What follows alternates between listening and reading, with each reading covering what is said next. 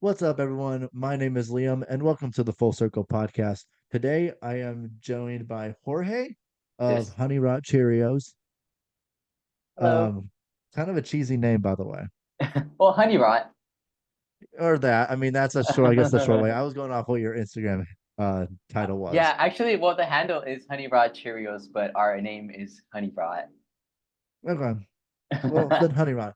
Anyway, it's nice to meet you. Hello. Do you mind? Do you mind tell everyone your story, your background a little bit, just to get a little bit idea about yourself? Okay, well, yeah, like you said, my name is Jorge, and I grew up in Laredo, Texas, which is border town with Nuevo Laredo, Tamaulipas. We're like right across Mexico right here. So I was born and raised here, grew up here. Parents are from Mexico. I'm a first gen. Um, But yeah, I kind of got into music when I was like younger through my parents and stuff, listening to a lot of regional music around here, a lot of norteño, a lot of Tejano music. Um, and then when I was 13, I joined middle school band. That's when I started playing the trumpet. And I got for my 13th birthday, my parents got me my first drum kit. And this was after like a couple of years of like practicing or learning how to play in rock band. So like I went through a couple of those little drum kits and I just like fucking mashed them to hell. So after that they were like, okay, this guy is kind of serious. Let's get him a little drum kit. And then I was kind of learning music like through band and on my own till I was like 18 till I graduated school, high school, and then in college was when I picked up the guitar because I wanted to make music, but nobody around here was really making music that I wanted to make. So I kind of picked up the guitar, and with some of my savings, I bought some recording gear and just totally DIY'd it. Started out playing shows by myself, like I want to say 4 years ago now, with my backing tracks, and then eventually, kind of the pieces just kind of like started getting falling into place, and homies were like, "Hey, like we like what you're doing. We want to help you out." So then that's how I got a drummer and a bass player. And I think 2 years ago we recorded our first album, and now we're here. Um, yeah, pretty concise, That's but pretty crazy. That's quite the story. I love it. I love it. And I will Hell say I'm a huge fan of Hispanic heritage and culture. yeah! If I ever get to meet you in person, I'd love to show you my tattoos. My tattoo artist is actually from Mexico. Oh shit, And so he badass. does a lot of like Aztec, ancient like Hispanic art and stuff. Mhm. And that's like all my tattoos. Oh, dude, hell yeah, that's so cool. Just because I dig his style so much. It was something I never saw before. Mhm. So I was like, fuck it, let's do it. Yeah, that's cool as fuck, man. That's awesome. I know.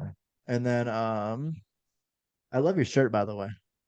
Thank you. I The got a honey rod. I got a pink one yesterday. Uh I was at Guar, Oh, and nice. yeah, and it was fucking awesome. Amazing show. Were And they did sorry, I didn't mean to interrupt you, but I saw that Brat was playing with them. Did you get to see them also? yeah, Oh hell yeah, dude. That's so that's the cool. shit. That's Yeah. actually the shirt I bought. The Oh pink one was yeah, fucking dude. Brat. Dude, they're so good. My I love them. my dad fucking took me to go see Uh-huh. them, and he's like, I don't know what any of the openers are. He's like, I don't know what Guar is, but all the 20-year-olds at my fucking engineering firm who are like a third of his age, they're all like, it's a fucking balls kicking show. Like it's fucking Uh-huh. awesome.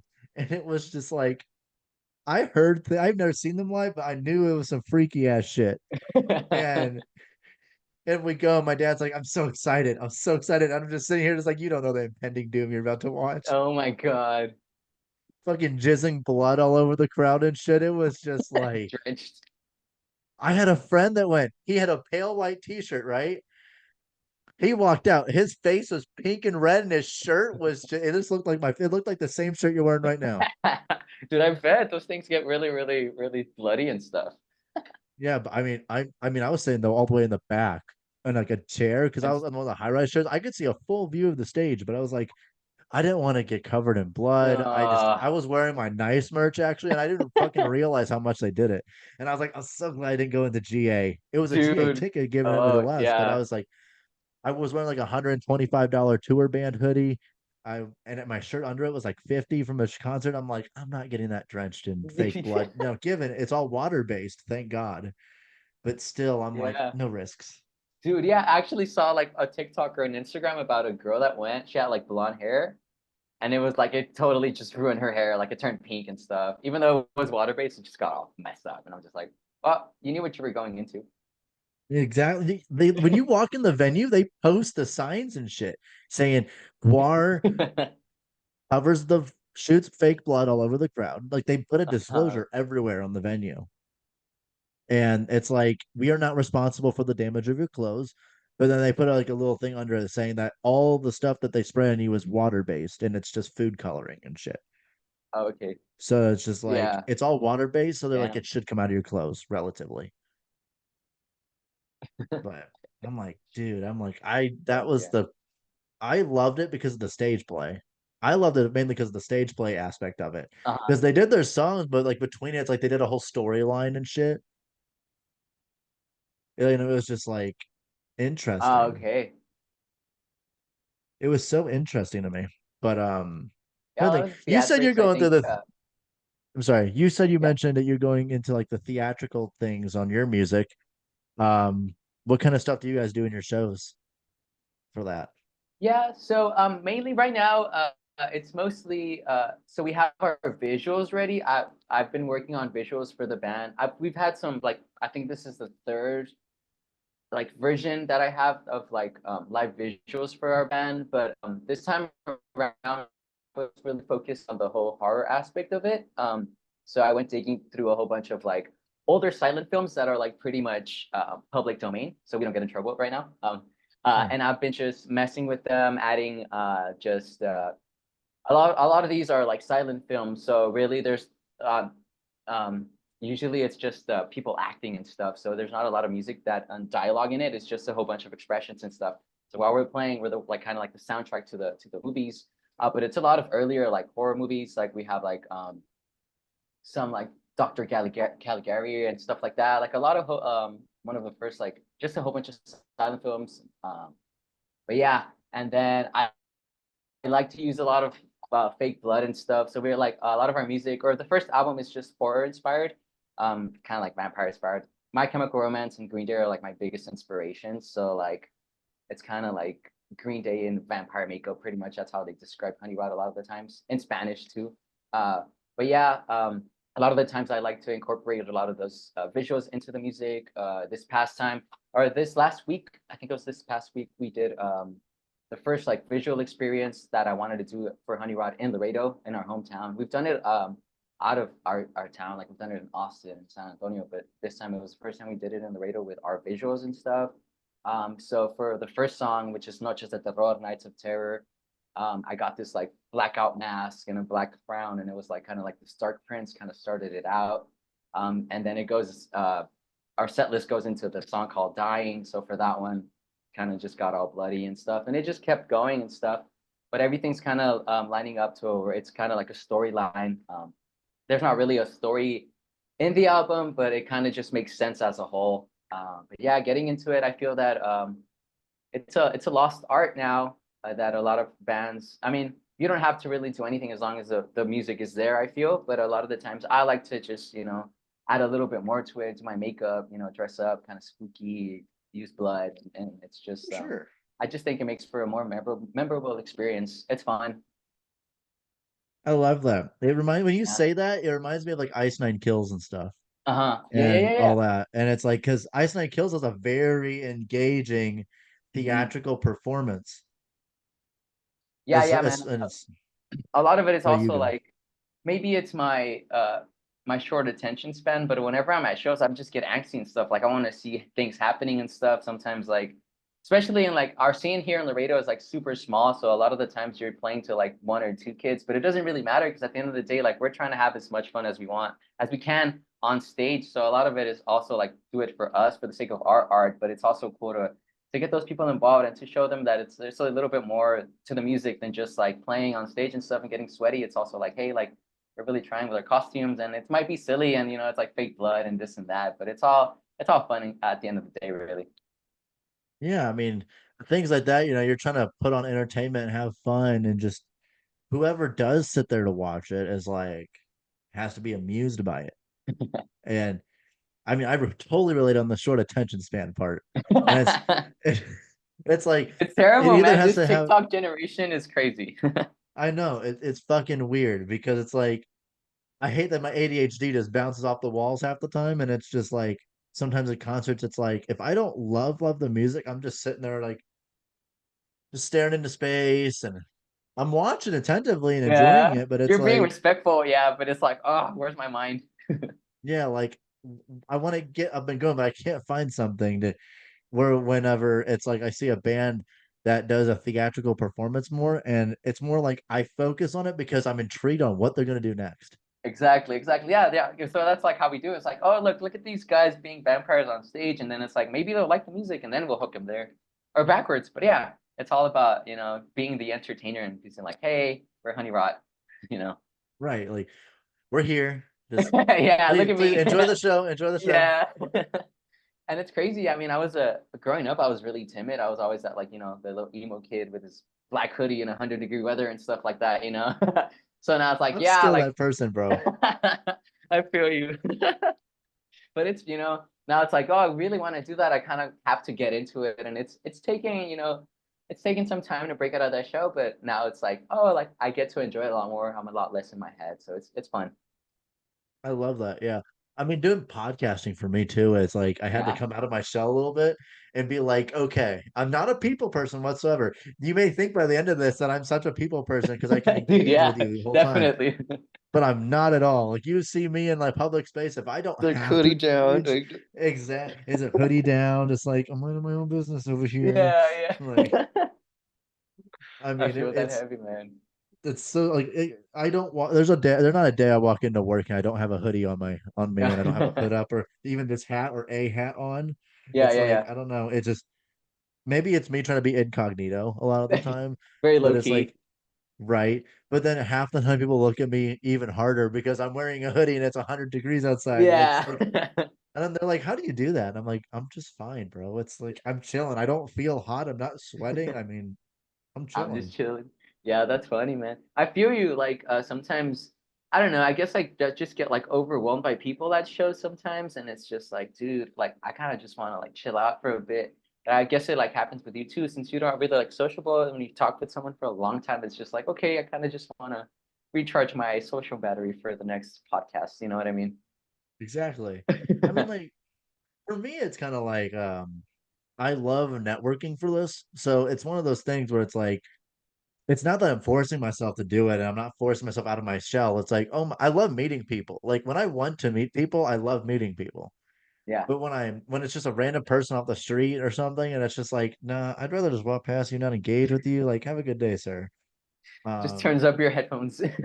exactly. Yeah. But if I'm at a show, I mean, I'm trying to think. My probably my favorite show I was at was probably Metallica, and like when they did their 2 night shows and stuff. Oh, yeah, yeah, those were crazy. Um, I know I loved it, and I met Spencer Charnes from Ice Nine Kills, and then I got to meet Charlie Engine, the drummer of Five Finger Death Punch, for the first time.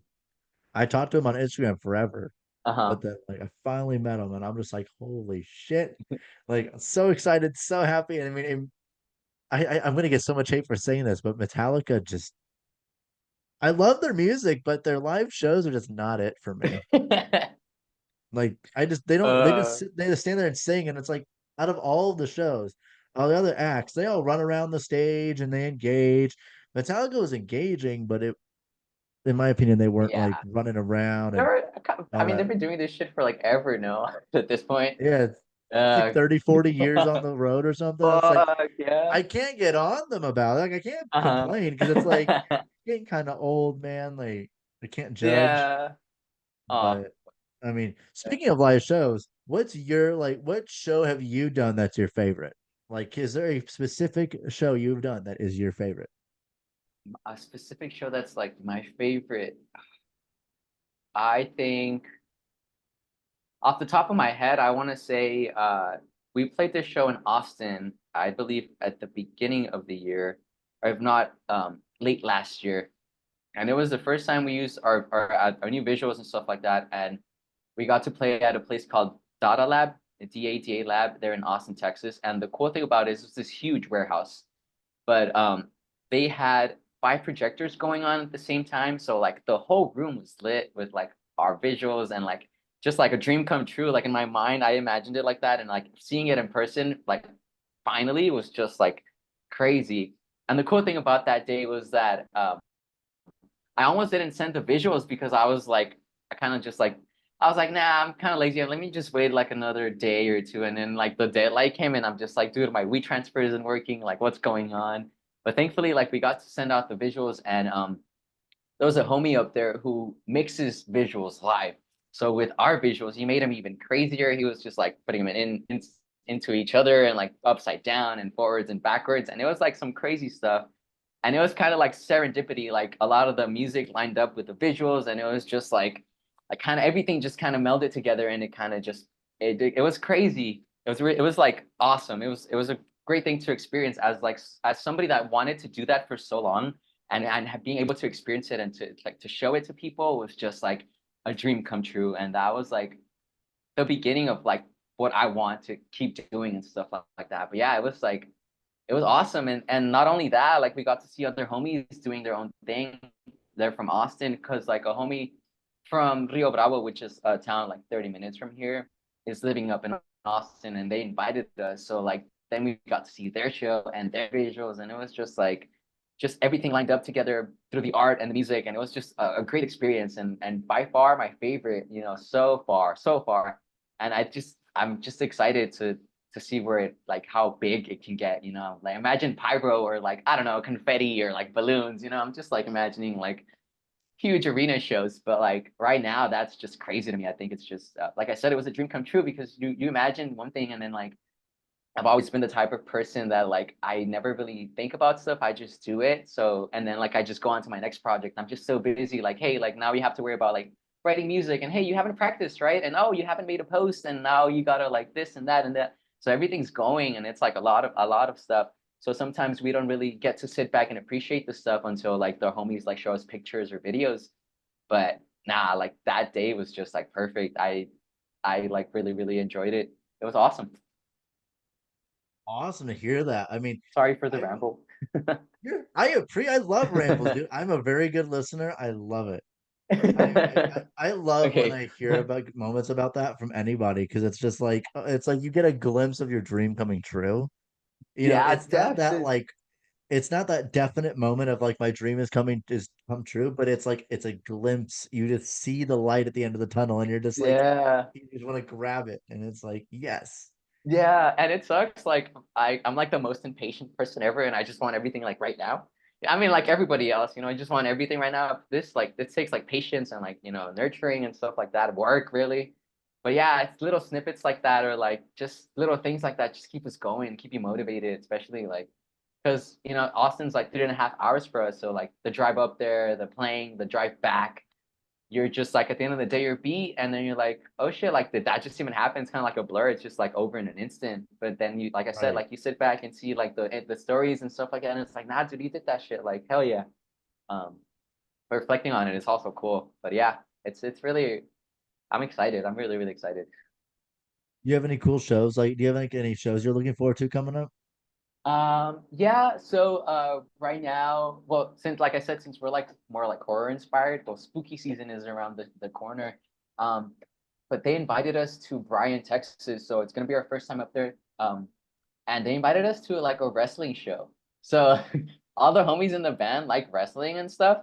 They're really into it. I'm barely getting into it, but I think it's fun. So like when they were like, "Yo, we're gonna get you here. Like, don't worry about gas." I was like, "Dude, that's all they needed to tell us. Like, let's go."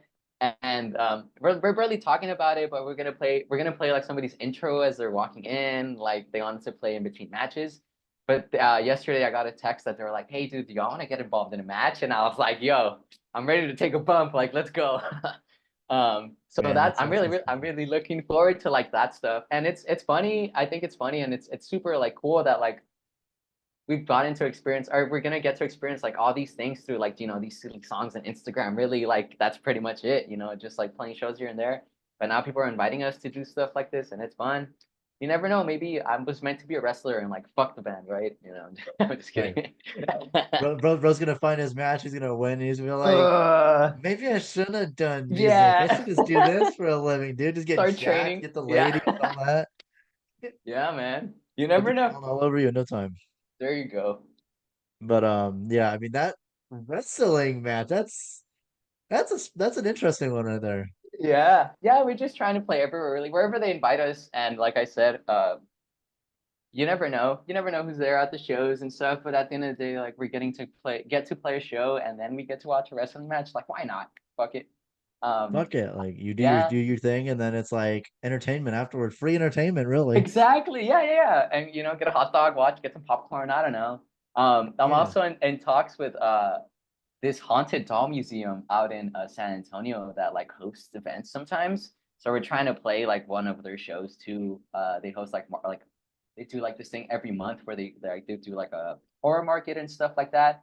But I was like, bro, like, because they also do like tours of the haunted doll museum. So it's like, give us some gas money and let us stay the night at the haunted doll museum so we can make some content. And like, dude, that'll be the deal. But I mean, things like that. I've also always wanted to play the Texas Chainsaw Massacre house, but I've never like asked her about that. But I think it'd be crazy just playing crazy stuff like that. It's cool, Hey, you never know. Just shoot him a message and be like, right? "Hey, you think Hey, we what's could it? play here?" Right? It's Yeah, just that's fuck exactly it. how it works nowadays. Yeah. You never know if you'll be able to do it until you just do it. Yeah, dude. Oh my God, that'd be wild. That'd be that'd be crazy. Dude, just imagine you're just one day playing arenas and it's like you got a whole scene where you got to chainsaw someone in half and it's like Ah, dude, just like all some puts it gnarly in stuff. place. Yeah, kind of like cut my drummer and have like a magician and like split. Oh my God.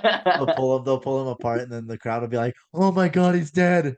Yeah, dude, that'd be wild. Stuff That's like that, man. crazy. Yeah, Like that's crazy. I love that for you. That's just amazing. I love seeing more theatrical based bands getting into the scene a little bit. I love seeing that because that's I feel like that's a lost art that we don't see much anymore. for sure. I know you mentioned your some of your inspirations are like MCR and other bands like that. Hmm. Um, what aspects, I guess you could say, of those bands kind of drew you into what you're doing right now? Okay, so yeah, My Chemical Romance definitely a lot of the aesthetics. Like I said, it's a lot of like darker, especially because of the first album. First album, uh, little fun fact, I guess, but HoneyRot comes from like Honey, This Mirror Isn't Big Enough for the Two of Us. That's like my favorite My Chemical Romance song. So a lot of inspiration comes from like Bullets and Three Cheers. Um, and so yeah, so a lot of like the visuals and stuff like that comes from My Chemical Romance. I guess that's what I try to get from them, or I guess inspired by them. Some of their music too. There's a couple of tracks, or I guess one track on our album that's really inspired by My Chem, which is Darkness, one of the last ones. But I guess in terms of more of music and style wise, I would say it's more Green Day, more pop punky and stuff like that. But also, I grew up listening in high school. I was really, really into, and what inspired me to write music and make music, I was really into modern baseball and the front bottoms. So a lot of their stuff, especially the front bottoms, is very, very simple chord structures. So that's how I started learning guitar. And I always ask my homies that play guitar because I was, like I said, I was a drummer, so I had to pick up guitar later. But I was like, what do you practice? Because they're so good and so talented, and they can just play anything. And I'm like, so what do you practice? What do you do? And they're like, oh, I just play songs that I like. So I mean, it makes sense because when I was learning guitar, I was learning these songs by the Front Bottoms and by Green Day, and they're like super just power chordy and stuff like that. It's nothing crazy. But at that point, that's what I could write because that's what I could play. So now that like I'm kind of like getting a little bit more comfortable with the guitar, I can kind of just I don't know I really don't know and have an idea of where I want the sound to go, but I think like some of our newer demos and stuff like that, they're unreleased and stuff, but like a lot of recordings that we have, we kind of like are finding our identity finally. A lot of the first album was a lot of me. Like I kind of wrote all most of it, and then my drummer and bass player producer, like they helped me record it and stuff. Obviously they're all over the album and stuff. But it was pretty much my baby. It was like the album that I wanted to make as a kid growing up. That's how I would describe the first album, which is like Green Day, My Chem, and a little bit of modern baseball and this and that. But now like going into the future, I just really want to um, lean more into my roots. Like again, I listen to a lot of Tejano music, a lot of music in Spanish too, so a lot of cumbias, a lot of stuff like that on a daily basis. So it's like whatever I'm listening to, I can kind of hear it already. Like in the demos, like I said, I can already hear it how it's like it's inspiring me. Even though I don't actively try to like, hey, I want to take this from this song and this song. It's just like by me listening to the music that I like, it's kind of like, and now that it's easier for me to kind of portray that or not portray that, but get that message through with the music because I'm like learning kind of it's kind of like a language. So like as a more the more I learn to speak through music, the easier it is for me to get my influences and kind of put them out my own way. So that's how I'm trying to do it. I try not to think about it too much either. Like when I was starting to write music, it was very I was just thinking about everything because it's like very overwhelming. You just want to get everything right. But learning to let go and learning to like have other homies like have their take at it and just like letting go of that ego is the best thing you could do. Because I always think about it this way, like our first album was just the three of us and there was our three brains and it sounded like we loved it. Imagine if we got like 20, 30 people to fucking listen to it and be like, hey, what's your take on this? Or do you think we should do this and that? It obviously takes time, but I think that trying everything out and not and leaving no like stone unturned is just the way to go. And at the end of the day, like I love it. Like I love working on music and messing with sounds and this like that. So like if I have to re-record a song backwards or with no chorus or maybe let's add a bridge and this like that, it's like, oh dude, like let's do it. It does get to the point where it's like, yeah, okay, I've had enough. I'm good, like this is enough for today. Because yeah, like anything else, like you do it for long enough, you kind of just like get aggravated and stuff, at least personally. But you just take a break, go for a walk, and then ready to rock and roll the next day. But yeah, most of the influences that I have right now are really um lately I've been listening to a lot of Coco, which is this band from Spain. They play a lot of punk and stuff like I've been like getting back into punk. I used to listen to a lot of punk in middle school, and then in high school I went through the whole like emo revival type beat, and that's what I loved.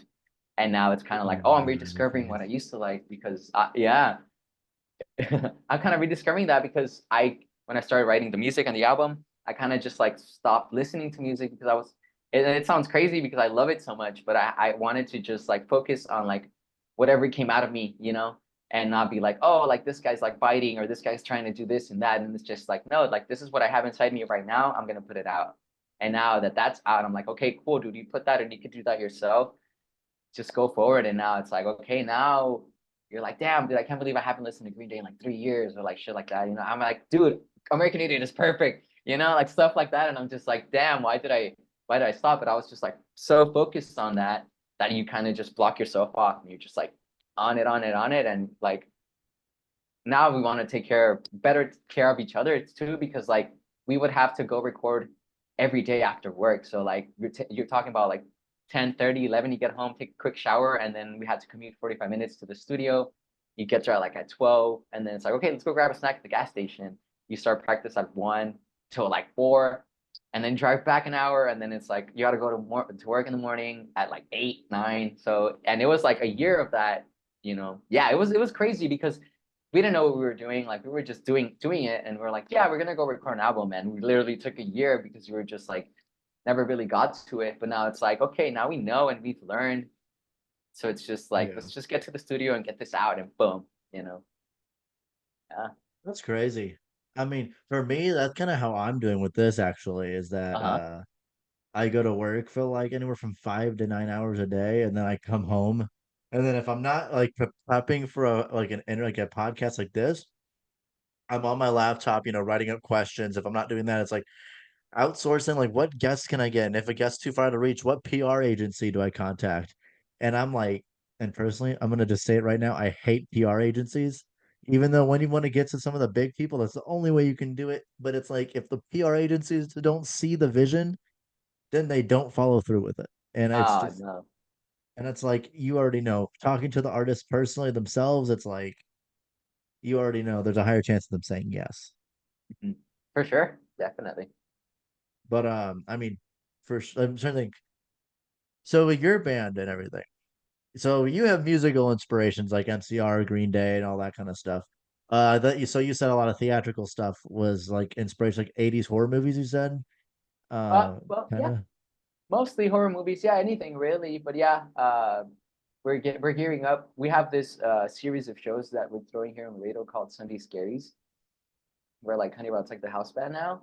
And for this one, like I got like the Freddy Krueger theme, and I kind of just changed the lyrics to kind of match what's going on at the show. So it's like one, two, honey's coming for you type.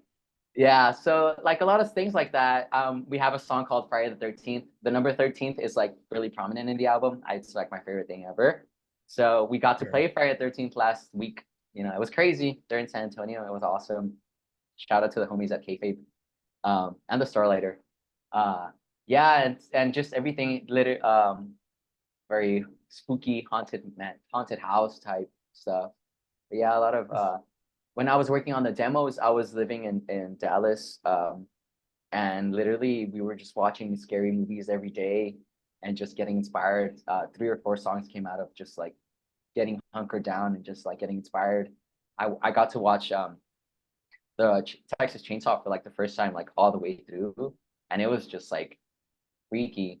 But all of that just kind of added into the sound of the album because personally, I think it's even though it's a very like punk and rock album, it's very it sounds very dark, and I think that Ray, our producer, just did a phenomenal job with that album.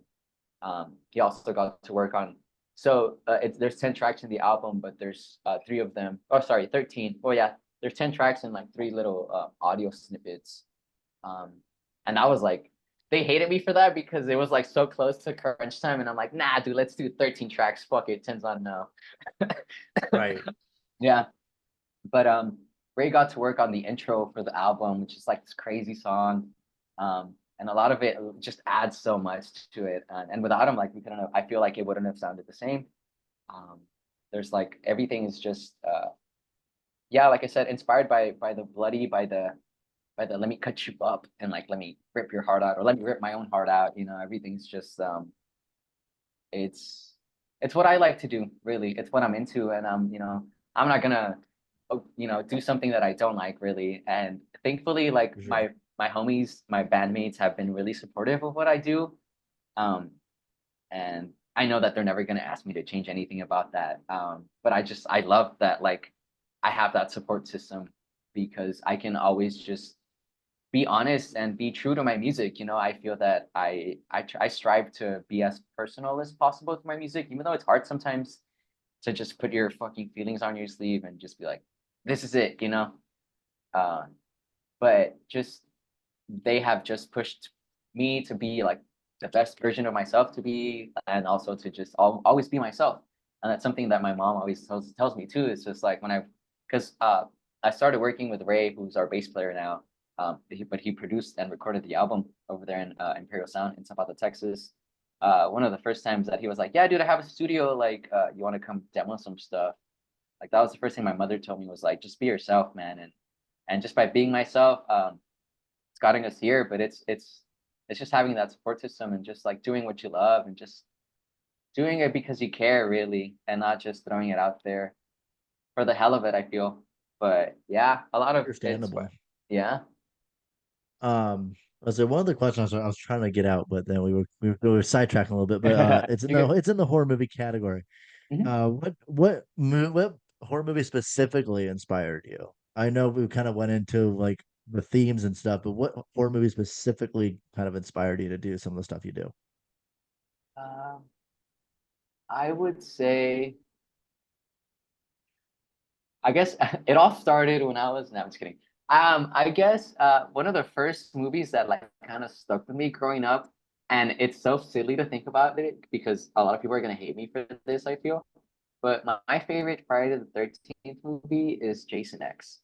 And I don't know why, but that movie, I loved it growing up, and that was like what inspired like the whole like, hey, you want to be a maniac and stuff like that. So I guess that just kind of that like sparked the love for the horror like love, and I think it's so silly because it's like, and it has nothing to do with the album, but it's like set out in outer space and stuff like that. It's like in the future, so it's like it's a super silly Friday the 13th movie, but I think that's where it all started. But like inspired, I guess mostly inspired, but like I guess Nosferatu, I would say just the whole vampire thing. Because I got to watch it recently with my brothers. And it's a silent film, but we got to watch it with a live band and stuff like that. And that also inspired the whole trying to add visuals and stuff, and trying to.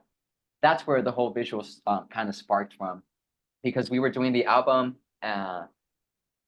kind of just by name called Noches de Terror, Nights of Terror, and this and that. But it wasn't really like we weren't really thinking about like, hey, what are we really thinking that it's gonna look like in terms of like visuals and stuff. That kind of just came later. It kind of just happened. I love that. I love hearing that you also just love horror movies in general. Like they're amazing things. I think so at least. Mhm. Outside of that, what are your personal favorites? My personal Like all the horror favorites. movies.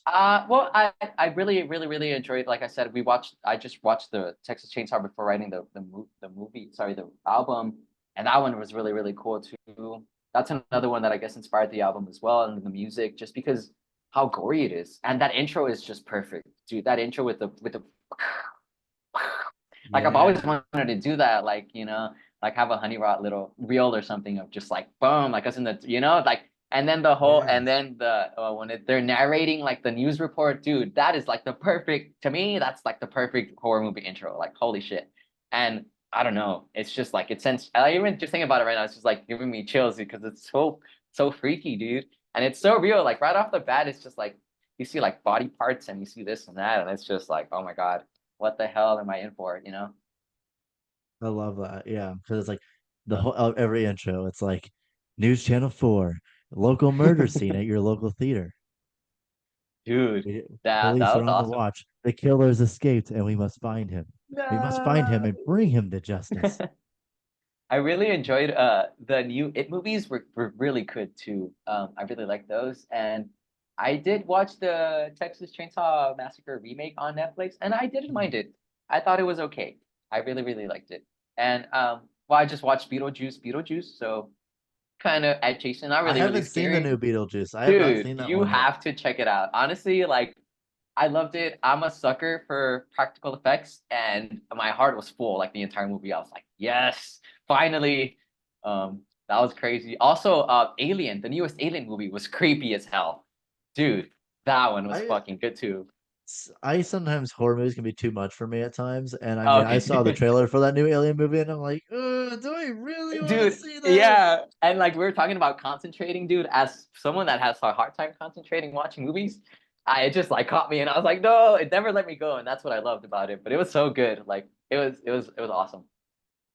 Off the subject of horror movies, I'd say the one movie that so many people tell me I'm ridiculously crazy for, but it's one of the longest movies I've ever watched, and it's The Wolf of Wall Street. Oh, And how because it's like 3 hours or something or holy shit. longer, and Uh-huh. it's like I don't know why it's there's so many million things happening in that movie at once, and it just hooked me. It Yeah. wasn't even it was just how like fast the story felt like it was going, but at the same time like the complexity of it too really drew me in. Like usually that kind of stuff doesn't draw me in usually, Uh-huh. but just like the complexity and the structure and the build up and the gradual build up over 3 fucking hours. I mean, like it didn't give me suspense, but my brain was just hooked on it for some reason. It's like Right. exactly. And it's like one thing after another, and it's like it just bounces around so much, and I'm just like, oh my God, like it's overwhelming to a degree, but at the same time, it's just like I'm fixated on it. I want to keep watching. Hell And yeah. that's how I was with like horror movies like Nightmare on Elm Street and stuff. Oh yeah, yeah, Like yeah. stuff like that kept me in my seat. And I was just like, whoa, what's gonna happen next? I think one of Yeah. my favorite moments I think from that was when like one of those moments of like I don't remember who it was. It's been a couple of years since I've watched them. But there Mhm. was this one scene where Freddy Krueger was coming out of this like pregnant woman's stomach or Oh. something. And Oh, it I was think like I it was no, I don't know. that was freaky as fuck, but I'm just like you could just the gore just Oh, amazing. yeah, I remember Amazing. watching one recently where like a girl gave birth to like a baby Freddy, and then the things started running around. It was like ah. But look, Freddy's really cool too. Like I love like his personality. I think that I want to like kind of take some things from him and like add them to the HoneyBot stuff.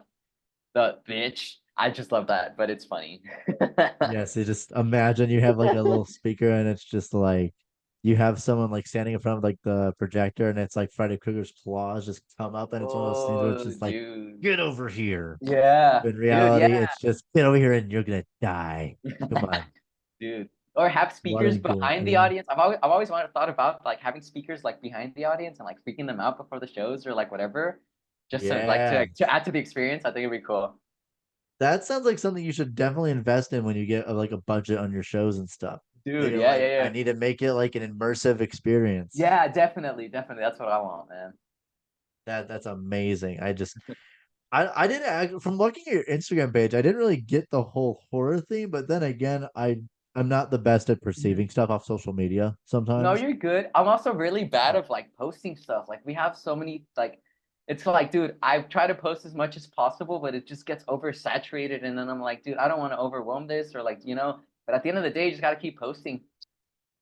Personally, you post more than some bands I follow, let's be honest. Like, there's plenty of Dude. bands I follow that like are on the smaller side that just Uh-huh. don't post as much as you.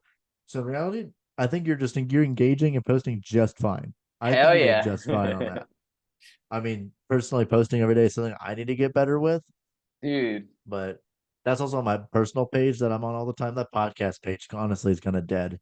Let's be Yeah. honest. It's gonna start hyping up soon, but that's the one part I always struggle with is just having it constant and consistently Yeah, engaging. social media. And then my drummer's always like, just take Sunday, freaking schedule 10 posts for the week and do it. And I'm like, dude, it takes so much like of me, like I just gotta do like one after the other. Okay, this Right. and then like I do that. I've been so bad about because I make my own flyers too. So like um I've misspelled the past 2 weeks I've misspelled like so many things and I'm just like, dude, my dyslexia and my anxiety has been acting up crazy. But it's just like, dude, just gotta do it. Just gotta do it. Just gotta do it. And I mean, so far nobody's noticed, but yeah, little things here and there that I'm Hey, just like, ah, fuck, if you I need to if you double ever check. want, if you ever want me to recommend you to a few people that can make flyers and stuff for you, I'll send them your way. Let's do it, man. Hell yeah. So speaking of shows, do you have any out of state shows planned outside of Out of Texas? state.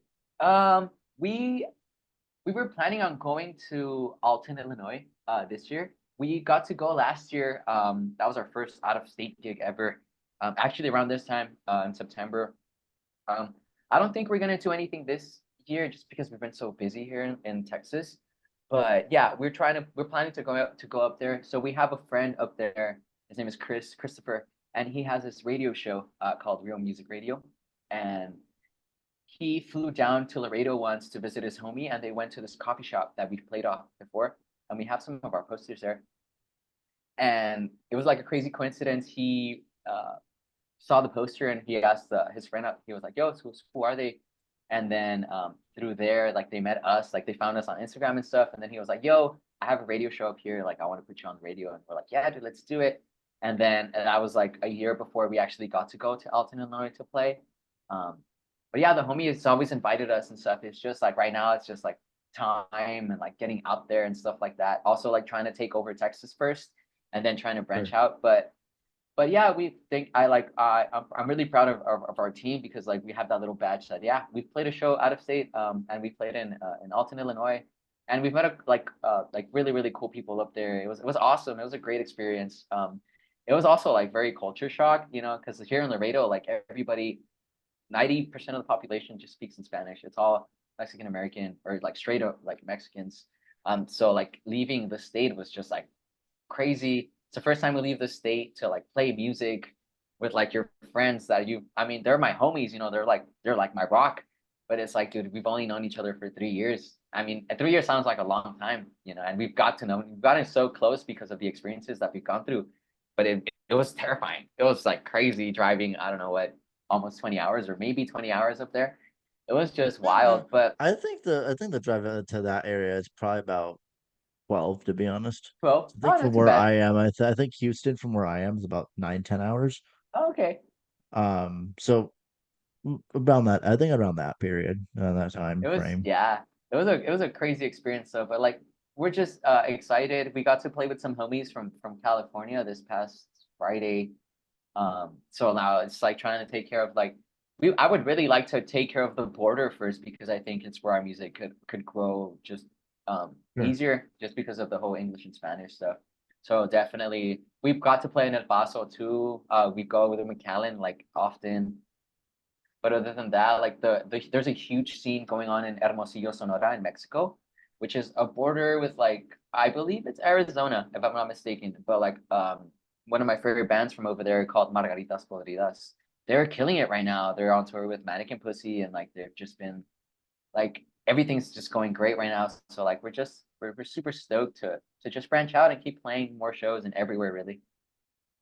Amazing. I mean, yeah, it's about reaching out to the communities and stuff, and getting that rock settled in every little place. Yeah, yeah. I mean, yeah, you guys have a decent social media following, at least for a small band. So, I mean, I think y'all doing pretty good. Thanks. Yeah, and it's also really cool, dude. Like, it's funny, but like as a Mexican, there's like Mexicans everywhere, so it's like crazy to like we're just like when you pull up to a show and you never know that there's gonna be like another homie that like knows one of the covers that you're playing, and then they're like, hey, yo, we know these songs because we grew up with them because we play a lot of like covers from like Mexican rock bands from like back in the day and stuff. So it's really really cool to find that connection everywhere and even like through social media too because I've met like a whole bunch like wonderful people from like out of state that are just like hey like we're like Mexican American too and stuff like that and it's cool to connect that way and it's all about the culture and like the music and like the it's like family at this point it's just we're really lucky and blessed to have what we have going on and I think that we're just super excited to see where it goes man and we love it we're just gonna keep doing it. Amazing. I wish you the best of luck with that. I will be able to see you guys perform at some point. Seriously, I really want to see you guys perform For at some sure, point. I yeah, just yeah, want to watch. I just want to yeah, see yeah, what it's it's all good. about, bro. Like, I We're mean, just excited. is it Yeah, if you ever, just like you from how said, you if you're just ever in if you ever Houston, like, yeah, I mean, like I from how you describe your show, dude, I really want to see it. I really would enjoy something like that. So yeah, yeah, dude. And like by the time you see it, it's gonna get even crazier. So like we're super stoked. We're super super excited to just show everybody. yeah, but say if I ever go in the Texas area, I'll give you a holler, and then we can Yeah, have a definitely, little dude. meet and greet, have fun, kind of thing. Just Yeah. amazing. Go That'd be watch the so fun. Texans. Go watch some football. I don't know. Let's do some crazy shit. Eat some Yeah. barbecue. Texans used to be my favorite football team for the longest time, and Hey. everyone would shit on me for it because I'm in St. Louis, and I think St. Louis is just jealous that they lost the Rams because, like, Oh come on, that yeah. if you watch that whole thing, it's just that I'm was still like a crying. shit I'm still show and hurt. a half. That's funny. Uh, CJ Stroud though, I'm excited for them this year. But personally, I go for the birds. So crazy. I'm from Texas, but yeah, I don't know. it is It's what it football. is. It is what It it is is. what it is. It's football. It's football. Yeah, I mean, certainly, what sports are you like? They really have out there, usually, like out where you are, at least. So there's not a lot of like professional sports, but we do have a baseball team, which is binational. They play in Laredo, Texas, and then they have a stadium across in Laredo, Tamaulipas. But they're in the National Mexican Baseball League, so we have that going on. We used to have a hockey team, the Laredo Bucks, and it was awesome, dude. I loved it. Like growing up as a kid, it was the best thing ever. And then it kind of just it's like it's the small city syndrome. I don't know what it is, man, but here like nobody goes out to like things like that, and it sucks that we might lose like the baseball team too. But it is what it is. We have a soccer team also, and we used to have an arena football team. Um, but yeah, other than that, I've always been into soccer growing up. My or football, right? Our drummer is really into it too. He goes for Sure. Tigres. I like the English football too. But mostly baseball, football, like American football, like the band also, and Oh like yeah. the sport. And but yeah, it's pretty much just nothing crazy, kind of like semi-pro stuff. It's Texas, Yeah, so like it's high school sports. football is like really, really big here. They're like really into that. So like Yeah. Friday night lights and stuff. And I was in band, so like growing up, I would go to the games and stuff. So it was always fun hanging out. Hey man, I was an orchestra kid growing up, so we can There you fight go. about that later. What did you play? Wait, what did you play? Cello. Cello. Yeah, there you go. Fucking I play. I've started playing cello in fifth grade. Jeez. and I played it all until my senior year. I think I skipped orchestra senior year just because I had failed a few classes the previous year, and also No. that I was pushing to graduate early too. Uh-huh. So I think I had like half an elective credit left that year, and I was just like, fuck it, we'll do music theory. And Fuck it. then easiest fucking A ever. God, I mean, that was like I think my introduction to music production and composition. I mean, I'm Uh-huh. still not the most wise in that area, but dude, I mean, I fucking love messing around with music creation. Anything. In your Like I dock. still love composing cello music if I ever get the opportunity. I'm saving up for an electric cello at the moment. Dude, let's Been saving my go. phone for a while. You I want gotta to hop really on. get back into it. Fuck yeah, hop on the second album, dude. Let's Dude, go. just to fucking find a way to figure out like some creepy ass like monotone Dude, thing. a drone just going on in the background. Ah, just creepy sounds. Let's do it, man. Yes. I mean, I think I don't know what it was. I remember like we would do like Halloween stuff all the time in my orchestra class. dude, And you high gotta school orchestra, bro, like sometimes they don't fuck around with that shit.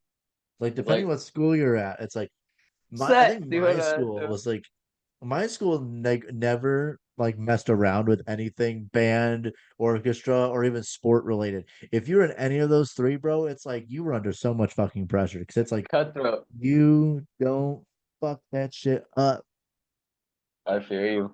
Oh no, It yeah, was man. like We'll have you in San Antonio when we go recording stuff. Just have you lay down some tracks. maybe, Fuck it. Hell maybe. yeah. I'll think about it. We'll think Yeah. about it. We gotta I'm play for trying. you first and then convince you, and then we'll see if we can Yes. make it up. Yeah. To be honest, I probably would be so fucking rusty that it's just like Dude, that adds to the charm, it would dude. be That makes it even creepier. Yeah, there you go. no, because it would be so bad. I would just like slur notes and shit. Not even like and like it'd be so bad. Like, Not even put like rosin on the board. Just like, oh, just fuck it up. ugh, that makes me cringe thinking of it. No. That makes me cringe.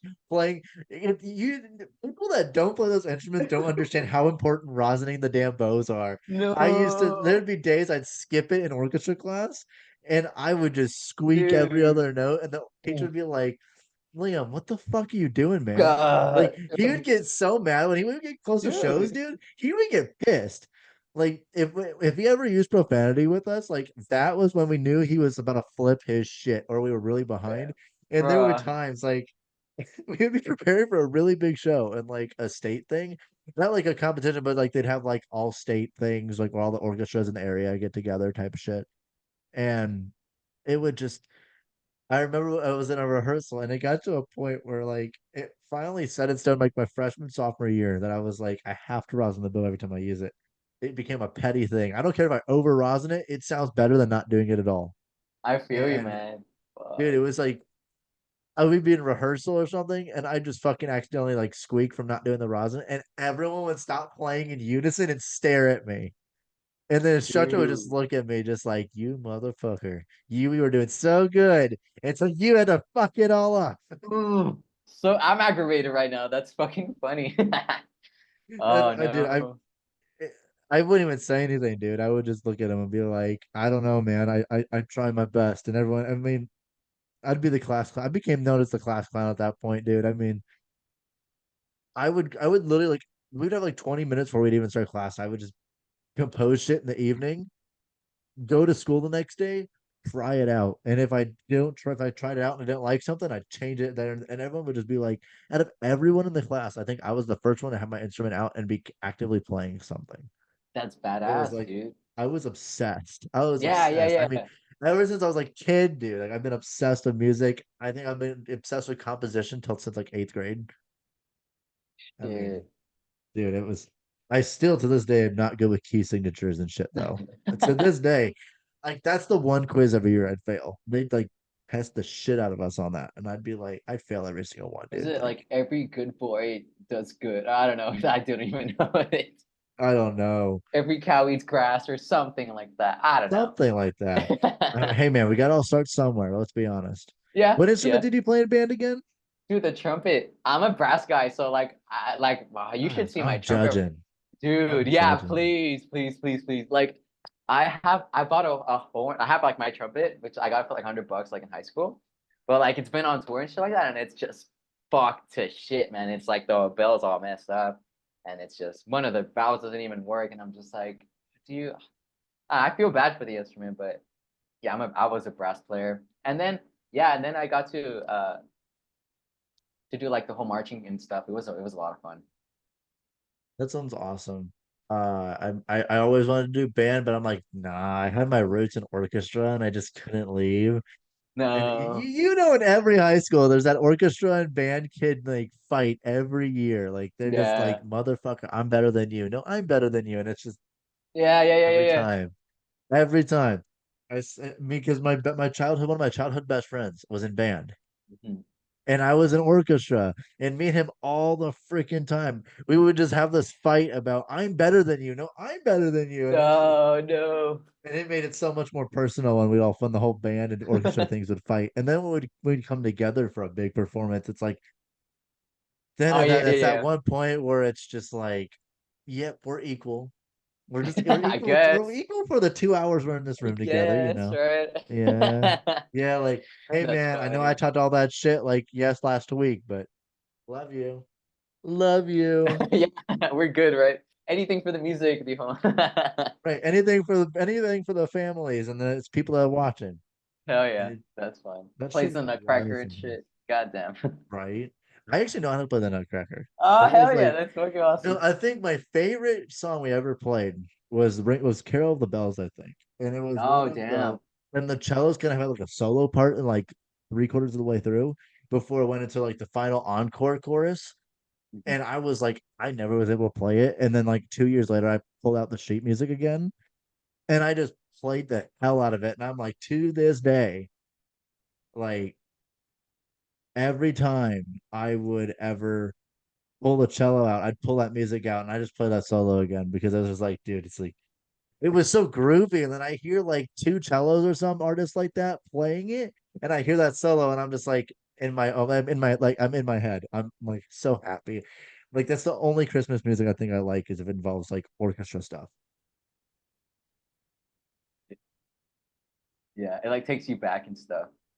Yeah, it takes you back. Your memories are just like you're just like, oh my God. The worst part's when you get older and you're just like, how long ago was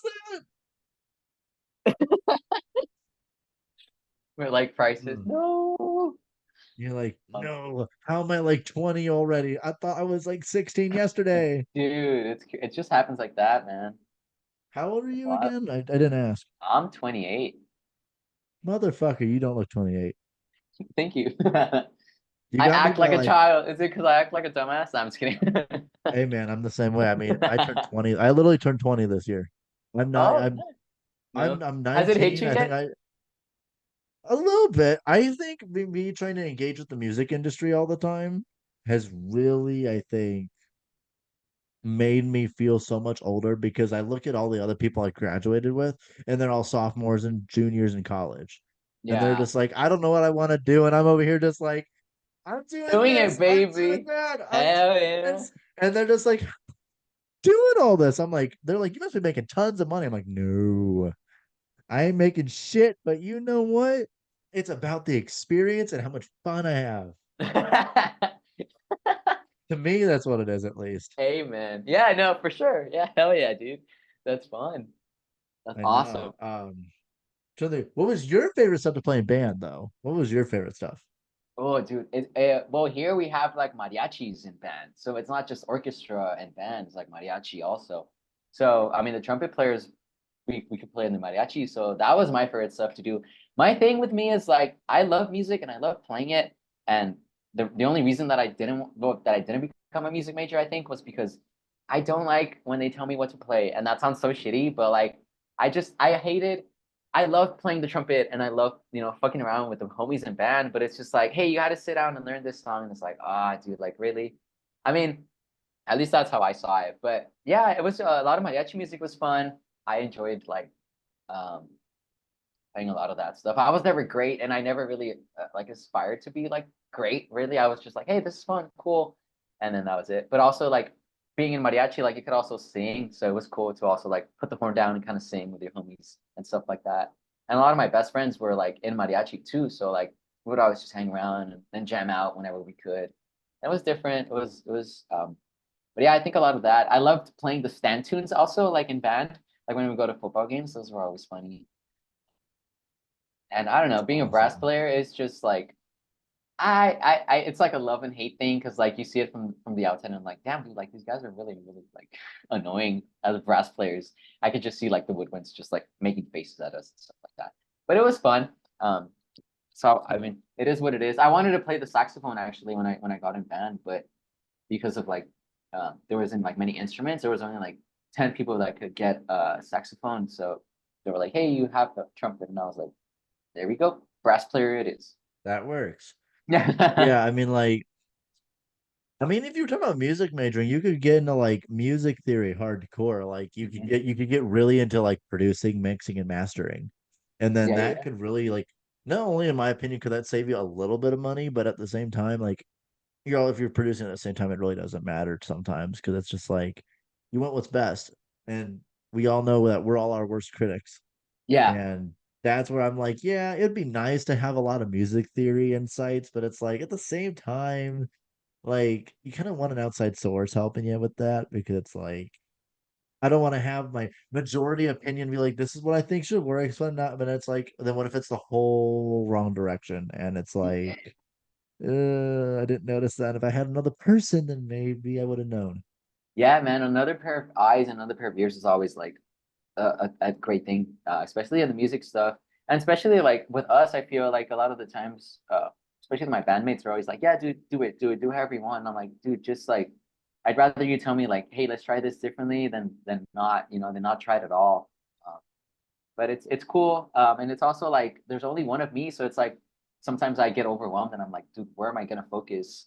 If I can have somebody like you mentioned about somebody else like doing flyers for me, like if I can have somebody else help me out in that aspect, I can focus maybe on like, hey, what do I want to do on stage? Or like, hey, like I've got to do this and that. And like, like you're doing it all DIY and stuff. And I'm sure that as you got like a million things going on in your head always, and then people are like, hey, you're always on your phone, like put your phone down. And it's just like, dude, I'm working on my phone. And it's just like having to do that constantly. It's definitely work, but it's like you said, it's passion and it's because we want to do it. And I think that's the beautiful thing about all this. Like we're doing it because we want Right. to, and we're doing it. That's the thing. Like we're not just like, damn, I wish I could do this. Like you're doing it and you're just like, it's so cool. Like also like, dude, you're kicking ass. Like it's so crazy. Like everything that you're doing is just like fucking awesome. Right. And I love that. But it's like because to me, I kind of what kind of pushed me to get back into this is also not because Brett and Wen and May was all just like, dude, let's do it again. Let's do it again. Like being persistent and encouraging me.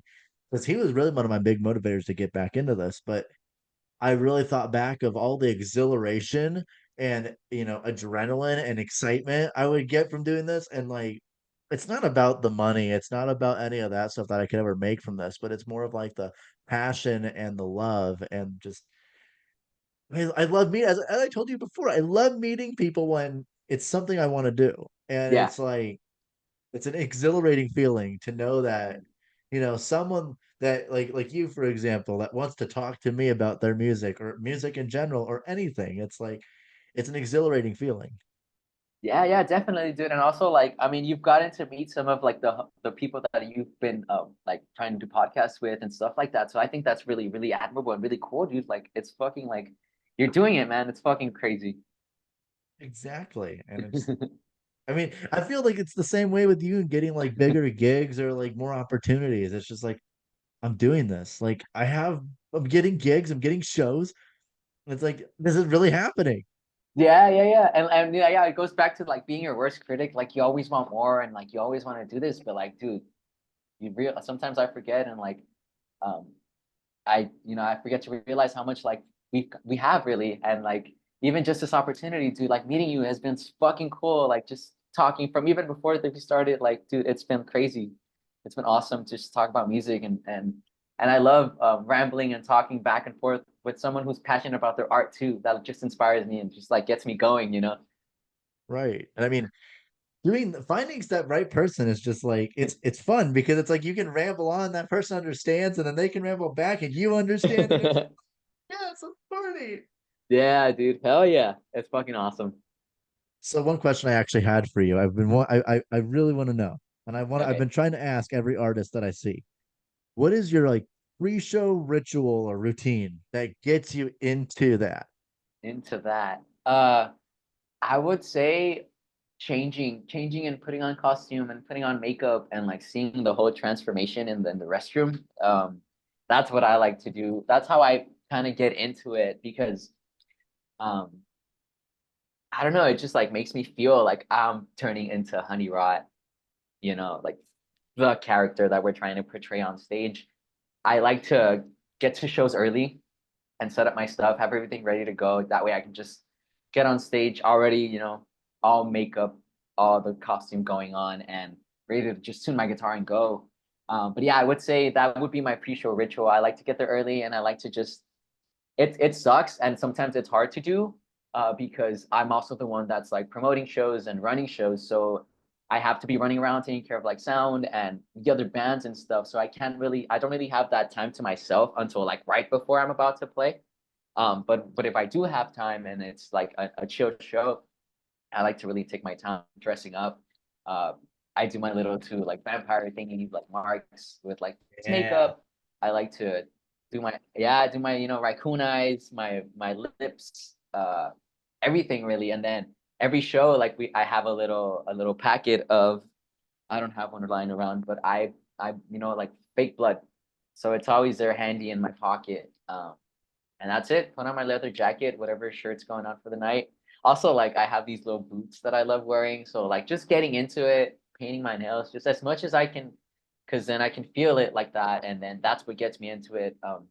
Just put in my headphones and just like listen to whatever I'm feeling that day, really. I don't really have a specific type of music, but I do like to listen to music. So it could be anything from like um a cumbia to like some techno. I love electronic music too, some dub, like all that stuff. Um, Even the Beatles every now and then, you just gotta Yeah. whatever's going on in there, but just plug in the headphones, do your makeup, go in the restroom for like 5, 10 minutes, and then just I also and Transformation. I just like having I like having my guitar with me like all times just so I can be ready. Because like even if I'm just talking to homies like right before the set, just being comfortable with it and just like having it there, it's just like you kind of just forget about it. Because I've had shows where I'm just like, nah, dude, let me tune my guitar, put it on stage, and then wait 2 hours at the merch table, just all antsy, right? And then I get it, and I'm like, oh, dude, this is weird. I haven't really warmed up, and it's like, no, now I'm overthinking it, and it's like, no, dude, that kind of overtakes it. But yeah, I guess just really doing my makeup and getting into character would probably be my little ritual that I like doing, uh, just so it gets me into it. And also, it's part of the show. Like I've kind of gotten like into the um, what do you call it? Into the routine of like, hey, we're playing a show. Oh, cool. Like, let me go sit on my amp. Let me go do my makeup. Let me go play the show. And that's I guess that's the ritual now. Like, set up, do your makeup, and then play. And sometimes when I don't get to do that, it kind of feels odd. Um, but Okay. usually I've tried my best to do that, and it's worked out so far, and I love it. I love the silence of or not the silence, but maybe the hum of the punk bathrooms, that you get to play every now and Yeah. then. The smelly stuff, and then doing your makeup, like there's no door, there's no handle and shit. Stickers Just everywhere. there. Right. Sometimes there's no mirror. Uh, Sometimes there's no mirror at the punk bathroom, and I'm just like, bruh. So I just come out like like eyes like this or something, but it's all fun. oh, good. It's all about the experience, really. Come on. Yeah, yeah. I've It's learned like, to do my makeup without a mirror. So hey, you good? I guess hey, that that's works. good. That's hey, that's a talent right there, being able to do your makeup Okay. without Yeah. any mirrors or anything. That's crazy. And then on And the then same subject, what is it like? What is like a good thing you like to do after your shows to wind down, or what is something ooh, you just what's your post show routine? You could say.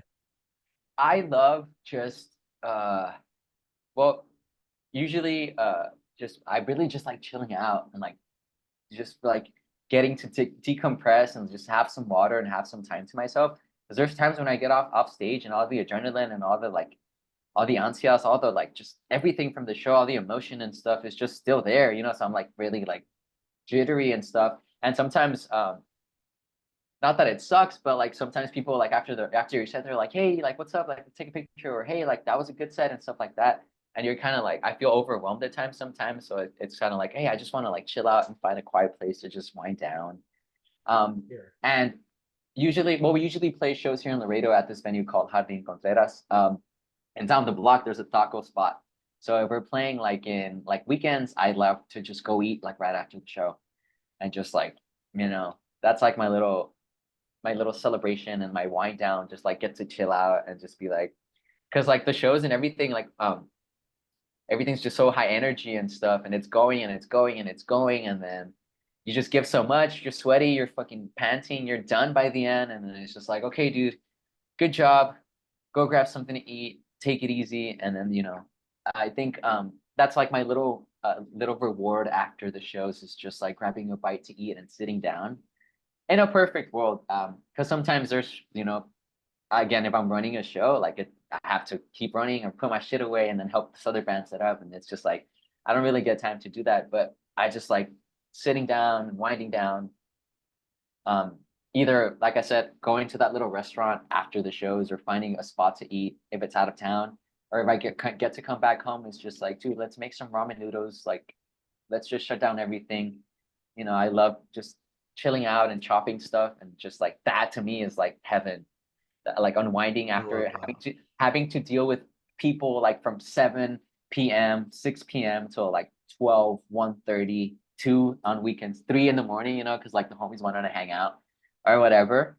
And then it's like, okay, now it's like 5 in the morning, but I finally have some time to myself. I can breathe, all the gears with me, the show is done. Let me just chop down these onions and make some noodles and watch a movie and then pass out on the Love it. couch, Love it. That sounds actually like a really nice way to decompress. One of my favorite things to do after like even a concert of any sort is to get a bite to eat afterwards because it's like that Yeah. you had that exhilaration of energy and your body's just like, I went through all that. I want some food. Let's Yeah, like man, do it. And then exactly. it's like, I don't know, for me, a good like taco or a burger or something right after is Greasy burger. Oh, hell it, yeah. it's like the cherry on top of the cake, let's be honest. For the Exactly. evening. Yeah, exactly. That's like, as much as I hate to admit it, like that's the favorite part always is finishing and eating. But you work hard for that part, you know what I mean? So it's all good. For sure. Yeah, it's like you worked so hard for it, or you've gone through so much emotion, you're just like, dude, finally, I'm gonna get something in my stomach. I'm loving it. I'm Uh, happy. yeah. It's the best part. Yeah. Yeah, man. It's awesome. Um, let's say, yeah, usually one of my favorite things is like, so in my previous run of podcasting, I got pretty popular in a few like fan clubs for some bigger bands. And I remember there was a few moments I went to a few shows. I never posted anything about it, but there was a few people that walked up to me and they're like, "Are you Liam?" And then they like were, and I was like, "Yeah," and they're like, "Let's get a picture, bro." And then to my knowledge, like I don't think any of those pictures ever made it to the internet, but I'm like, I like opportunities like that. It catches me off guard because I'm not used to it, but it's like when it happens, I'm like, "Oh my God!" Like, Right? I have fans. Holy shit! Hell yeah, dude. Um, Yeah, it's like the fruits of your labor, man. Hell yeah, enjoy it. Enjoy it. exactly. I mean, the downside is I've noticed that a lot of my fan base that like has stuck around and that still tries to engage with me are all from like Europe. And Oh, I'm just okay. like, and it's cool to know that my stuff made it all the way over there and That's really kind of awesome. laid its place there.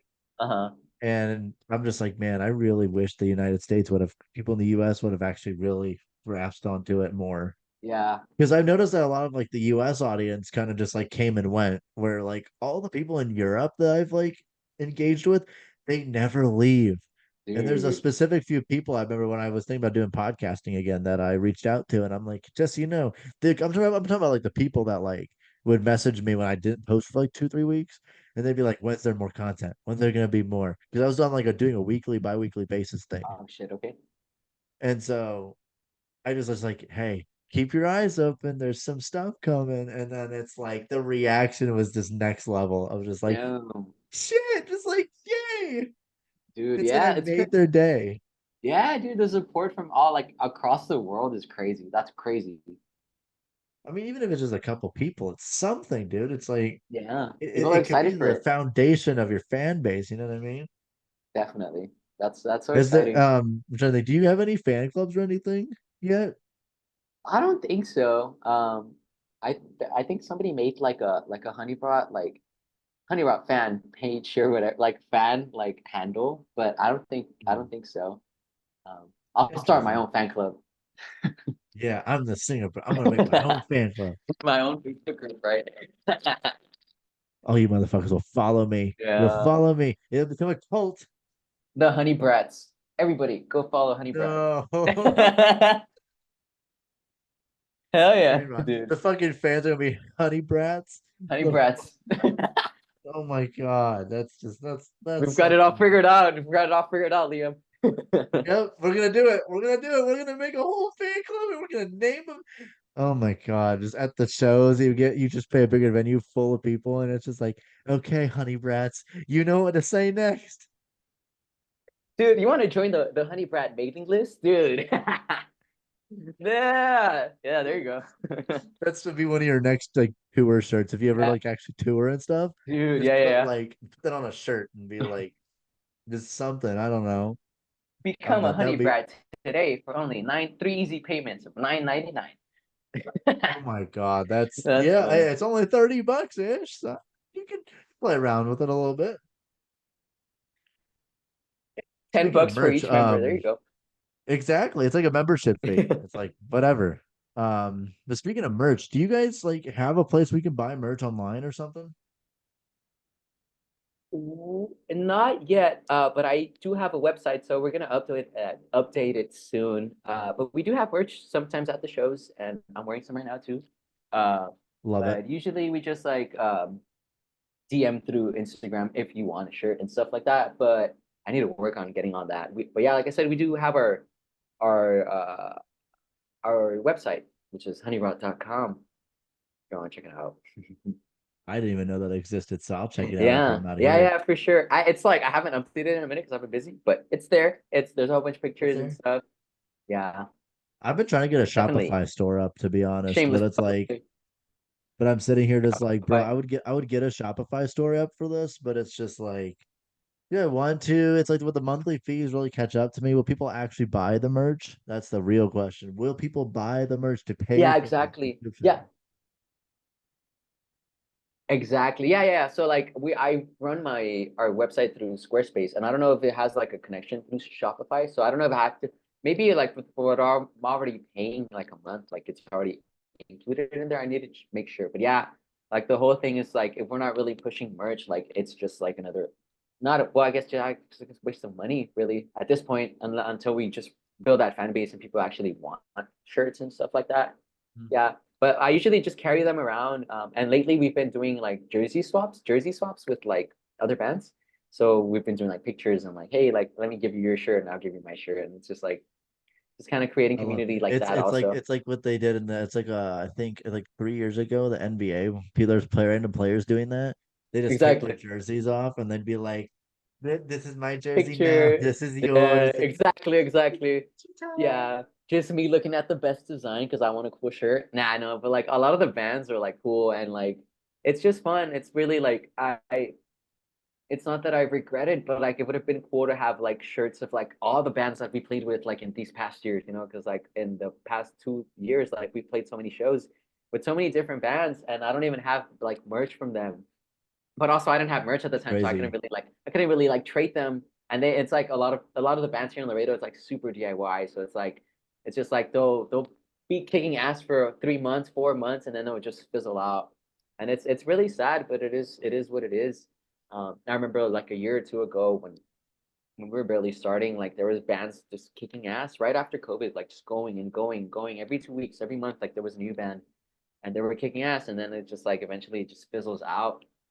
um, I can't like speak for like other scenes and stuff like that, but it just happens here. Like it's unfortunate, but it just happens all the time.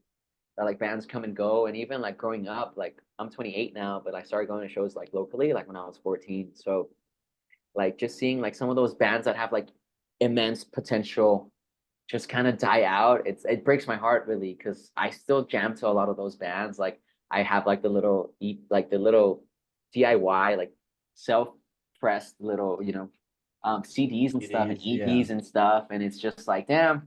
And then I see us, and it's just like first of all, like I don't want us to like just die and stuff like that, but I just it's just like I said, like I don't see us like the way I see those other bands are like super super talented, and it's just like, dude, why are it just like breaks my heart that like I see us as like not being that talented just because like we're just not like that, but we're just like messing around and stuff and making our own songs. And I just see like these like again these other bands with like so much more potential just kind of die out, and it breaks my heart. But that's just kind of like what keeps us going. And lately, I've just been trying to like just get the kids out too, because like without nurturing the scene, like there's never going to be a scene. And maybe it's not about the scene, but to me it is. Like to me, it's about like just hanging out with your friends and like getting together because of the love of the music. For And sure. I think yeah, so too. It's all about it, enjoying the music, having fun, and even meeting new people every day. definitely, man. And it sucks that sometimes it gets clicky and there's like no, like the metal scenes don't like the emo scenes and this and that, and it's just like no, dude, let's just we can all help each other and grow together. And it's going to be like much better for everyone, you know. At least that's how I see it now. I used to be that, you know, when I was starting out, I used to be that little rock star, that little asshole that was just like, no, dude, I'm the best, and I want to do this and this and that. And like, there's better ways Definitely. to do it, you know. I have done things out of spite in the past, which have like motivated me and like pushed me to keep doing the band. But it's like, dude, you can get so much further with just doing things with love and just trying to help out everybody, because at the end of the day everybody's been trying to help me out, and I just want to give back because that's pretty much what HoneyRot's about now. I didn't realize it at the time, but now like the our like following our on social media presence is kind of growing, so people are looking at us more, people notice more, and it's like I've been a source of negativity in the past, and I think that it's time to just change that. And like because of the voice that I have now and the platform, I think it's just I just want to spread positivity and just and go back to the roots of like why I used to listen to music as a kid, like why Mike Cam and why Green Day. Well, they made me feel like I wasn't alone, and they made me feel like regardless of like whatever was going on, like the music was always there. And that's what I hope, like that maybe a kid is going through like something crazy and they find HoneyRot, and HoneyRot can help them as much as it's helped me, because personally, I don't think that I would be here without it. This thing has kept me going, and sometimes I listen to our album and it's like, damn, dude, like I it makes me feel better. These songs I wrote them for myself, and if they have made me feel better, I hope that someone else can take that from it as well.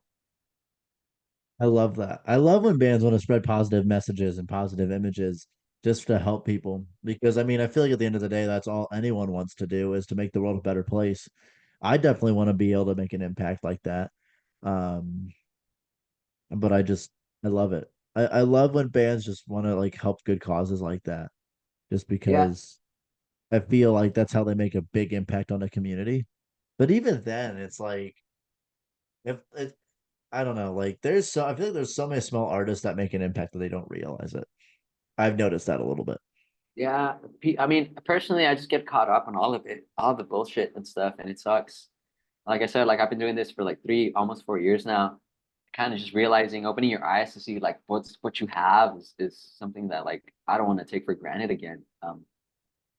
And it's just like I said, I never really obviously I have my dreams and my goals and my aspirations, but I never really thought I'd get here with the band. So now that we have, like I said, that platform, it's kind of like just spread positivity. And I know that a lot of the visuals are like really gory and stuff. Like, it's all about a lot of the lyrics too. They talk about, some stuff that is pretty gnarly. But at the end of the day, like these songs, after I sing them, like they make me feel good, and they just chill me out pretty much. I love that. Yeah, I mean, even like the gory shit and like the freaky music, it's just like it has a meaning to somebody that could mean a lot, or maybe even like the happiness and thrill they get from listening to it could be enough to change their life, maybe. Exactly. And I just love that. I love it so much. It's I don't know. I just love I love when people like make an impact on even like like even like if it's an individual or a group. Exactly. Um, Yeah. Yeah, man, you never know. And also, like, you never know what anyone's going through. Like, it doesn't hurt us to be a little bit more kind, or to just ask anybody, hey, how's it going? Or hey, did you eat today? Even just that, it could really, really help out a homie. A lot of us are going through shit, it's life. It's not easy. There's a million things going on every day that, you know, my 30 minutes on stage that I get to forget, I hope that the people in the crowd get to forget about their bullshit for at least those 30 minutes, you know. And then we'll figure it out. But at least for now, dude, let's just enjoy the music and Enjoy the just time we have together. yeah, definitely. It's about the community, the when we all come together as a family for a show. I feel when you finally get that bond with your community and fan base that you can just go, we're a family tonight. Let's forget the bullshit and just go with it and have Yeah. fun, enjoy ourselves, and let's have some good music. Hell yeah, And that dude. hope that, even the acts after you, that they enjoy themselves to a point where they just forget about all their bullshit for just a couple hours. I mean, it's all the most that anyone could some people could ever ask for. Yeah, definitely, man. That's why people go out to shows. That's why I go out to shows. You know what I mean? Because sometimes it's like, dude, I'm done staring at the screen all day. I need something that's gonna make me feel like myself again. For sure. I mean, it helps you, I guess, in a sense, like reconfigure yourself. It's like sometimes I've actually described concerts I've been to as like a mental reset. It's like I've pressed that Uh-huh. reset button in my head, and it's like, and then it's like the 2 hours I'm at that show. It's like my mind is rebooting, like it shuts down and like goes into that own little world, and then it reboots after, and it's just like that shit just fucking happened, and I feel great, and it's gonna fuel me for a couple of days of to be happy and expressive. Yeah, and then I'm gonna eat a fat burger, right?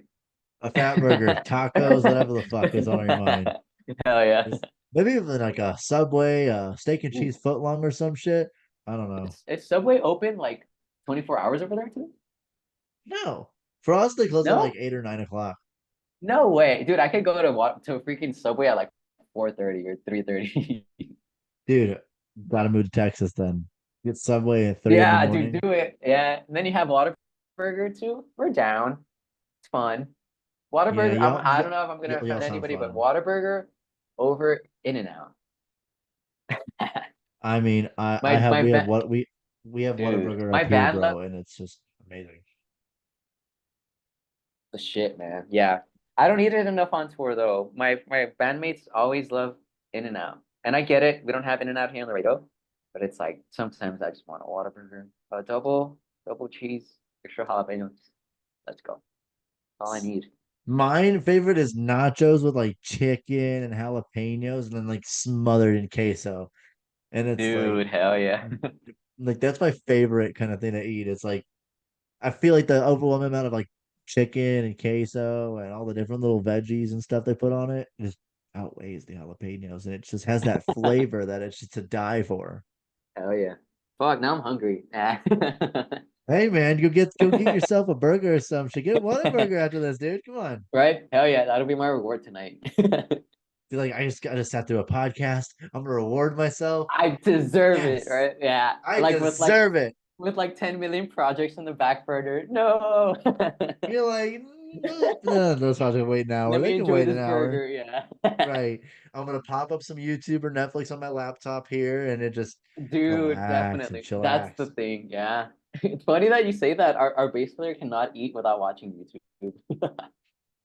For me, I don't know. Like for me, I won't focus enough to eat my food Oh, usually, okay. like and enjoy it without having something and playing in front of me. I don't care Uh-huh. if I'm paying attention to it, dude. Like It's just gotta I be could there. play like YouTube or like background noise of some sort It's like the that Windows has back. video to it. It Uh-huh. cannot just be audio. For me, Oh, I okay. cannot just listen to music. If I listen to music, bro, fuck that food. I'm gonna be up moshing in my bedroom or whatever. But it has to be like a video that if I Yeah. feel like engaging with it, it'll engage with me, or it's just It's something just there. enticing to listen to. Yeah, yeah, yeah, definitely. That's funny. So, like, what is your favorite food you've gotten on tour? Like, generally. My favorite food on tour. Oof. We played at this place called Vaquero Taquero in Austin, and they had some really, really good tacos. Um, but I would say there's a place in San Antonio called Taquitos West Ave. So Taquitos West Avenue, and I got I always get the pastor there, and it's so good. So it's like marinated pork, and it's fucking phenomenal. I'm a sucker for whenever we do play out of town, I'm a sucker for like Mexican food. I always say, damn, I'm always eating Mexican food here at the house. But once I leave, like, man, I just like It's what I something miss. else, bro. It's different.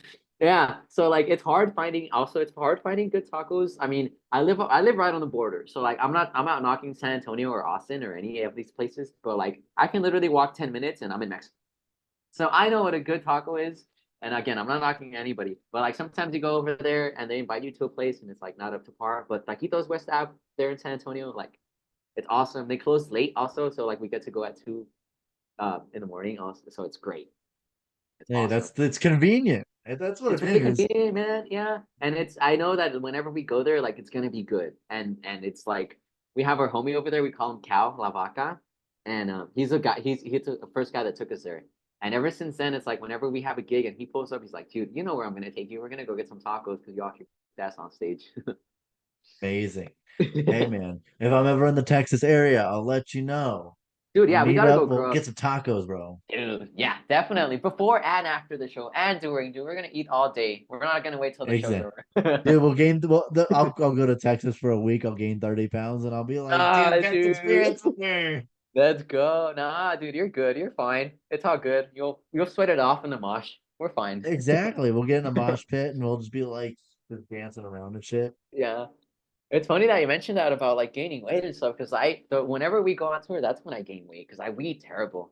Like especially me, like I just get in the back. I usually sit in the back of the van, but whenever like we get going, it's just like I have to be munching on something.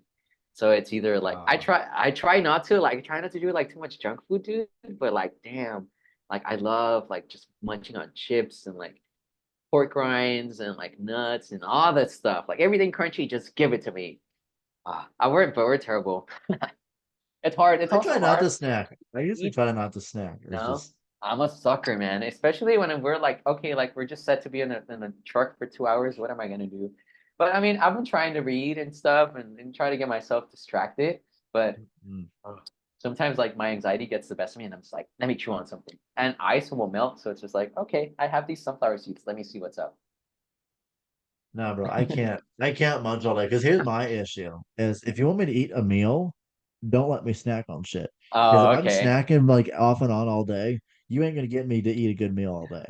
Like no matter how good the food may be, and you just put it in front of me, it's like you pay good sir. I'll just look at you and be like, Right. thank you, and I won't even touch it. So what's like your go-to snack? Like what's something that you're like, damn, like somebody get this away from me or I'm gonna finish the whole bag. Probably like kettle cooked potato chips. Ooh, the crunch. Oh my God. Yes. Oh, Usually, and that, especially if they're like got like sea salt all over them, dude, it's just even better. And it's just you oh, my just mouth sit is there. watering. Dude, you put a bag of that, a family size bag of that shit in front of me, dude. That it No, don't it's turn your gone. back to me. That shit'll be gone in 30 minutes. That's crazy, man. Oh yeah, chips. Oh, dude, yeah. Good choice actually, because the crunchies on that are fucking awesome. Yeah, no, my mom, like, she'll go grocery shopping and she'll bring back like a bag of them, and she's like, okay, you know, Let's practice this self-control this this should week. no, she won't even do that. She'll be like, I hope that this lasts you a little bit. I this should be enough for you. Nah, like she Hell buys it, no, it's dog. gone same night, bro. It's like she gives me like 4 in the afternoon, dude. It's gone before 8. Like, let's be honest. It's like It didn't even wait till dinner. no, you'll put it in front of me, and I'll just be like, my like lips start salivating, Oh, and you're oh just no, like, no, no. and then it becomes that battle. You're sitting there, and you're just like, don't eat the chips, or do I eat dinner? No. And then Dude, it's like, and then the you more can't you be fight patient. it, the more you fight it, the more you want that. The more you want to munch on it. I mean, sometimes I'll be able to fight myself until after dinner, and the second Yeah. I'm done my dinner, I'm full, and my body's just like chips, potato chips. Like the ghost and demon in my head's just like, do it, Yeah, eat it you're like, now. "Ah," And then turning into potato and then fiend. I cave half the time, bro. I eat a full burger and fries plate or something, dude, or something, and then that whole bag of chips is gone right after. It's Yeah, I need a horrible, salty snack, right? right? It's like you eat all Yeah. that other stuff, and you're like, I need that. I need it now. And then Yeah. it's like, and then you're just laying there in a food coma because you're just like, I Uh, don't feel too good. regretting everything, right? We're getting Yeah, it's like you ate all that food, you ate like what, like over 1,000, well over 1,000 calories, and you're well just over 1,000 calories. Yeah. yeah, and then you just lay in your bed, just like I can't move.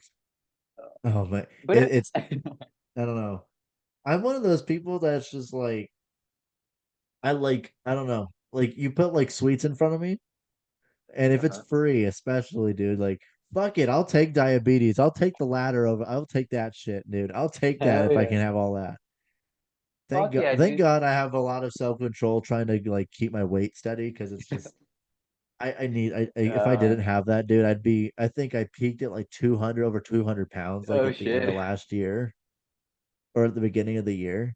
The And I sweet weighed myself treats. like 2 weeks ago and I'm at like 175 and I'm like, you know what? I'm finally back where I could just manage. I can eat some gummies today, right? Yeah. I weighed myself. I'm feeling good. I just, got a That little is like the workout worst. in and it's That's my worst like trap. I'm like, yeah, dude, you've been doing great eating, and then I'll just like have a couple of terrible eating days, and I'm just like, dude, all the candy and sweets and shit like that. I'm just like, damn, I need to you just chill sit out. there and you're just like, well, you're like, what the fuck, dude? Like, I Yes, think I'm you'll like, regret it, and you'll be like 2 days later, be like, it's so good in the moment, and then like 2 days later, and your body's killing you, and you're just like, I shouldn't have ate all them yeah, you kind of like black out and sweets. eat all the snacks, and then just wake up and you're like, fuck. You're like, oh, my stomach hurts, and then you take like Tums or whatever the fuck you can to fucking even it out, and it doesn't do shit, and then you're sitting there all day uncomfortable, and it's just no. Just because I wanted some candy. Just No. because I wanted some candy, and now I'm gonna be in a torture chamber for the whole day. Oh man, that's hilarious. That's so funny. What is your go-to candy though? That's what I want to know. I go to candy. Oh, that's a good one. Would a candy bar count as a candy or no? A candy bar? Like, what do you mean? Like I love Butterfinger. Yeah, that counts. Yeah, Anything like Butterfinger, I that. would say I love when it gets stuck in my teeth and it's just like, oh my God. I love that. I love that shit. Hard candy What too. is Any type of hard candy too. Any type of hard candy that I can just and I'm like I said, I'm very patient, so I just like dig right into it. Like my dentist probably hates me, but I love it. I love it so my much. dentist every year? I trick him because I do such bad like brushing habits because it's like you wake up and you're like, do I want to brush my teeth? I want to go to work, but then it's like, and then you lay in bed 'cause you want that like extra 15 minutes, and you're just like, ah, shit, but I don't have time to like brush my teeth, and it's like, and then you're just like, I don't know. And then it's like, but then you're just like, but I had all that candy yesterday. I probably should. Then you don't, and then it's hilarious sometimes. Yeah. I think my favorite's like the like dissolving like hard candies that just sit in your mouth and you just suck on them. Like Okay. like the like the oh like little circle mints, right? Oh yeah. Kind I of like let sweet, like a sweetheart, something like that. like a Smartie. I wouldn't even go there. Like those generic mints, like circle Okay. like size like shaped mints. I love those. I love the ones that are like flavored, Oh, like okay. strawberry, watermelon. I love Jolly Ranchers, dude. Jolly Ranchers, you have Fuck my yeah. heart. What's your favorite color or favorite flavor? Out Do of you have all of the like the Jolly I literally Ranchers? probably just said it. Jolly Rancher, my favorite's cherry and watermelon. Oh, okay. Hell yeah. Great All the other choice. ones, I mean, if I can do grape, I can do all the other ones as well. Mhm. I mean, I love all of them, but I mean, my Fuck yeah. favorite is probably strawberry or the strawberry slash cherry flavor, whatever it is, and watermelon. Watermelon. Definitely. Yeah, cherry fucking flavoring like supreme always. Fuck yeah. I mean, I'm also a whore for anything mango too. Like, I'm just anything mango too. Hell yeah. I need Uh, to send you some Mexican mango candy. You need to send me your address oh, so you can send you some Mexican mango candy or I some have crazy fr- stuff. I have so many Hispanic friends, and they're just like, I have all these candies. Like my Dude. family imported it from fucking Mexico or some shit. Like they hit it in a package to get it past customs and shit. Right. In And my they're like, belly. right, and they're just like, here you go. Here's like a cool kid, and I had tried. I'm like, we're gonna buy this, and like, there you can't buy it in the U.S. And I'm like, Yeah. fuck you. I love it. Nah, yeah, definitely, man. Let me know. Like there's a couple of like Mexican candy stores here. It's like super just fucking ship them out there. Dude, I'll send you my Dude. address and just don't even fucking tell me what you're sending me. Just I'll send me a just show mystery up. box. I'll be just And then, knocking at you. yes, you'll be like, candies for you, sir. Here you go. Hell yeah. A Halloween rat. Make it. It'll be there on Halloween. Oh yeah. And then you'll be like, and I require a live video unboxing it with me watching it. And just watch my instant reactions. Yeah, live. Fuck yeah. Yes. Put you on the spotlight. Mhm. You're gonna show the world. Do you like my mystery box? And if you don't, Right. just I'll make you one of the victims of my live show. I'll Yeah, put Freddy dude. Krueger to stab you in the heart because you didn't like my fucking candy. Yeah. Freddy Krueger's hand's gonna come out of your stomach. Brr. Oh yeah.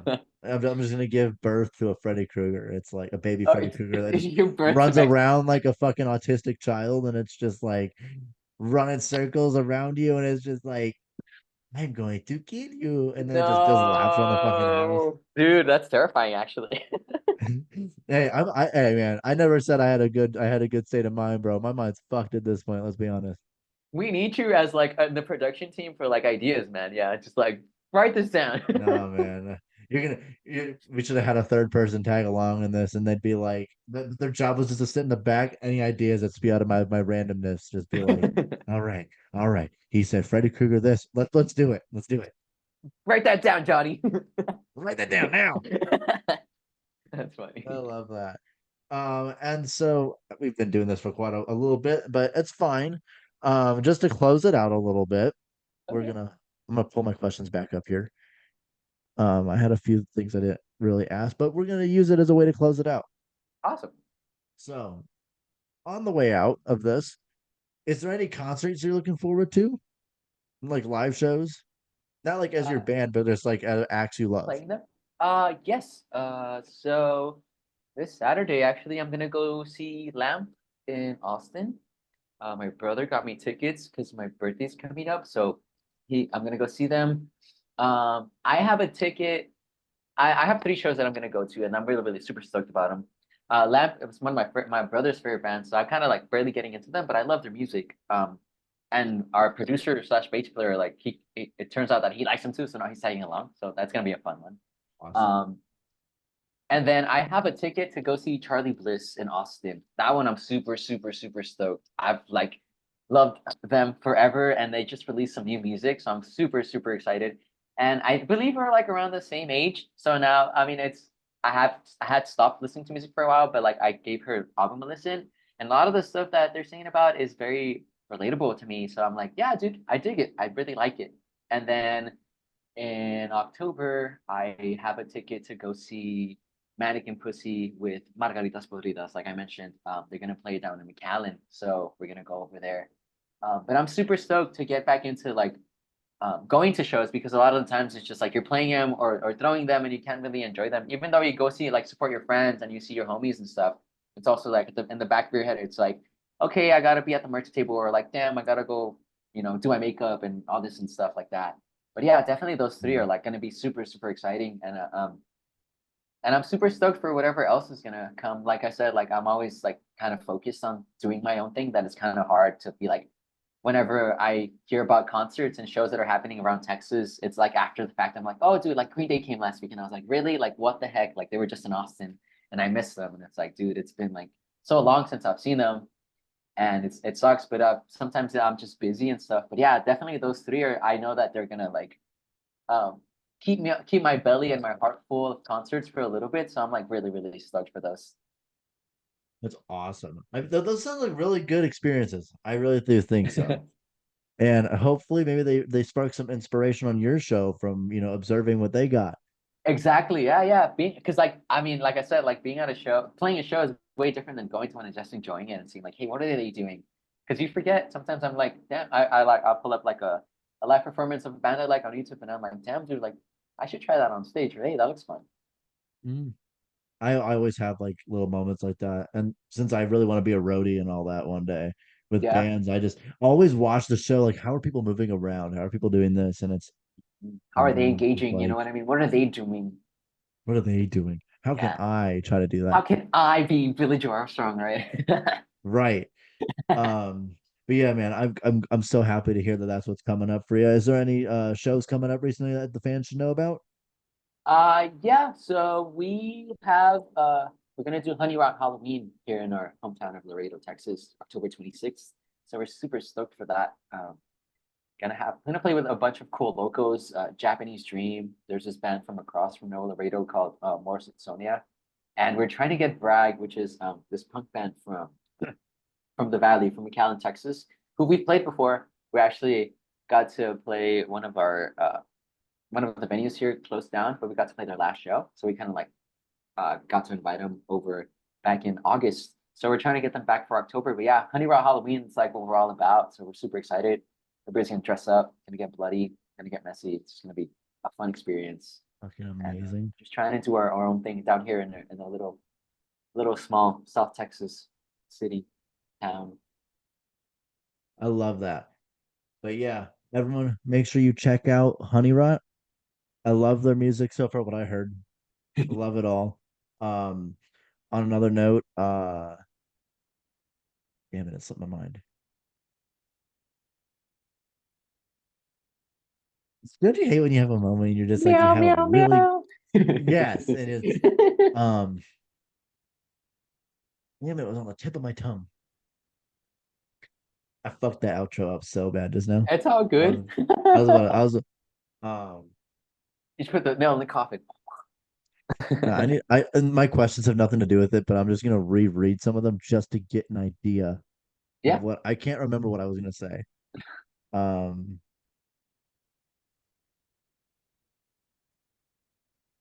nah, fuck it. We're just gonna do a basic outro, bro. I'm gonna just butcher this shit.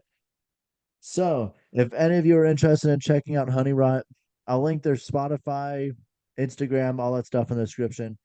And also, if you haven't noticed since Harris episode, all of our handles are going to be below our screens. So, my Full Circle podcast, as well as my personal pages, those will be linked.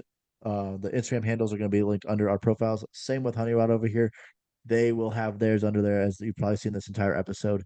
So, if you want to check them out, links in the description, handles under the name, under our faces and everything. So, make sure you check them out. And for all of you, go check out HoneyRot Halloween on October 26th. It was. Yes, October 26th. But go check it out if you have the chance going. I hope some of you do as a result of this. But Jorge, do you have a positive message or anything that you want to say before we close this out? I just want to say that HoneyRot's DMs are always open. If you need to talk, you're not alone. And if you need support or know somebody that needs support, don't hesitate to reach out. There's hope, even when you think there's no way out. I love you, and I hope that you can check out our music. And if you like it, share it with your friends. You never know who's gonna like it, and it's helped me a lot, and I hope it helps you. I love that message. And if anyone wants to also contact me as well and they need an ear or something, I'm a great listener. As Yeah, you've seen from this entire hell episode, I'm yeah, an amazing man. listener. Definitely. So Sometimes, yeah, sometimes we can't even talk to our own friends, and maybe a stranger on the internet is the way to go. But we're here for you. Yeah, exactly. don't hesitate to reach out to me. Sometimes the best ear is someone that knows nothing about you, in my opinion. Sometimes. So our DMs are open. Everything's going to be in the description that you may need. Go check out any of the other podcasts I have done. So yeah. So I hope you all have a good day, no matter what time of the day it may be for you. Morning, night, midday, whatever. Or maybe you're just watching this in the middle of the night. I don't know. But whatever time of day it is, I hope you have a good one. And we'll see you all next time. Bye.